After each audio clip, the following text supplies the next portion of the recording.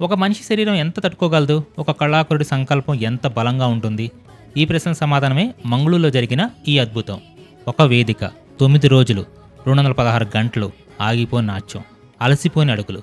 ఇది కేవలం ఒక రికార్డ్ ప్రయత్నం కాదు, ఇది ఒక తపస్సు, ఒక యజ్ఞం. నట రాజుకు, నట కళకు అంకితమైన ఒక అద్భుతం.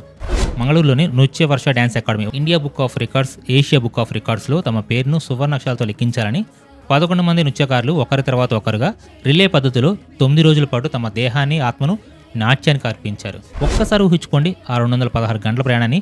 ప్రతి అడుగు ఒక అగ్ని పరీక్ష, ప్రతి అభినయం ఒక పోరాటం. కండరాల నొప్పిని మర్చిపోయాయి, మనసు అలసటను జయించింది. కాళ్ళ నొప్పులు, నిద్రలేని రాత్రులు, అలసిపోయిన శరీరం ఇవేవి వాళ్ళ సంకల్పాన్ని ఆపలేకపోయాయి. వాళ్ళ కళల్లో కనిపించింది అలసట కాదు, కళ పట్ల అంకిత భావం.